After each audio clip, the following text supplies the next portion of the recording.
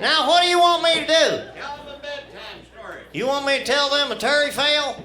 Yeah. No, a fairy tale, Grandpa. A Terry tale, okay. I don't need no music, you just back up. Try not to look stupid. Don't get cheeky with me.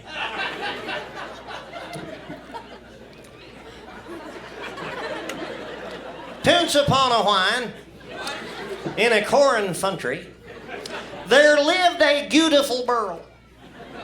Her name was Rinder Cella. Now, Rinder Cella lived with her mugly other and her two sad blisters. Now, Rinder Cella was in charge of all the wordy dirt. She had to flop the moors, whop the chud. She was a good chud whopper. But she did all this wordy dirt while her two sad blisters sat on their fig bannies, cheating auklets and magging a redazine.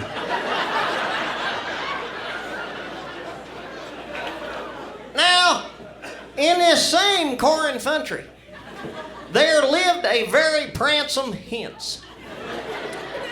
Very pransome, he was on the cover of QG.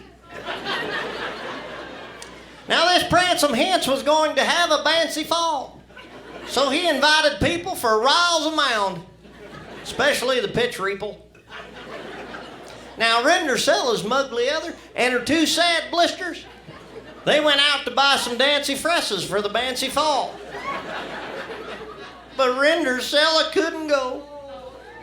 All she had to wear were some old ruddy dags. So she just cat down and sried. And she was kidding there, srying, when all of a sudden there was a blinding flash of light. And there appeared before her, her Gary Mudfather. Glowing like the sun and wearing a tink poo-poo.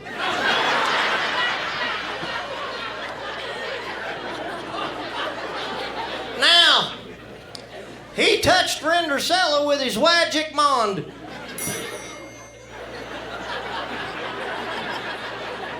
Thanks, I'll be here all week. Shut up. Now he touched Rinder Cella with his magic wand, and poof, all of a sudden appeared before her a keg boach and Hicks white sources to carry her to the bancy fall. But he said, Rinder Cella, you must be home before midnight, or I will turn you into a tumpkin. So Rinder Cella went to the bancy fall, and the first two people she run into, her sad blisters.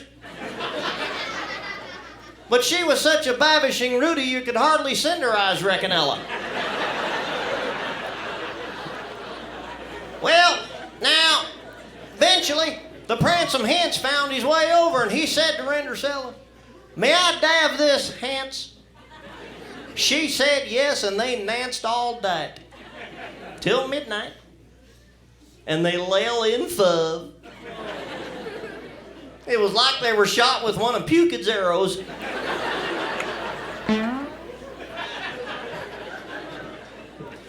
Now, when the mid-clock struck night, Rinder Cella in a dad mash staced down the rares.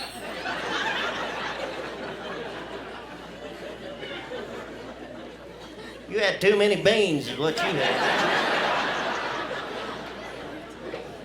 Rinder Cella staced down the rares, and when she beached the rodham, she slopped her dripper.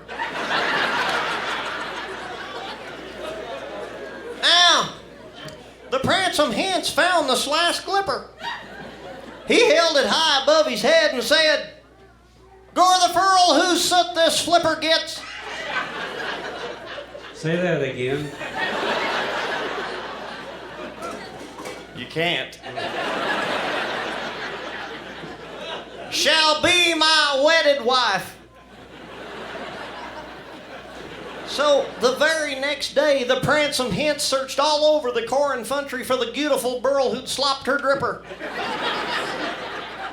When he arrived at Rinder Cella's house, he tried to slash glipper on her mug leather.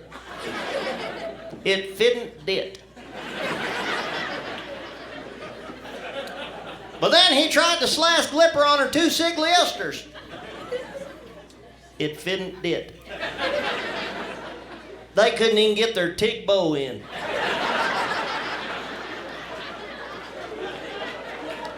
But then he tried to slash glipper on Rinder Cella, and the foo...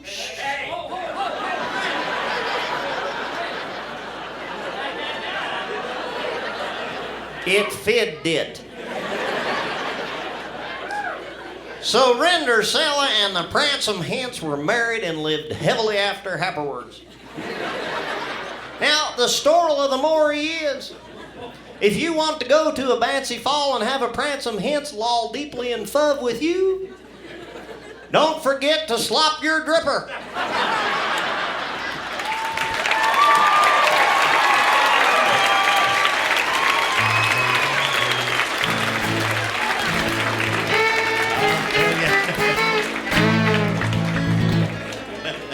The English language will never be the same.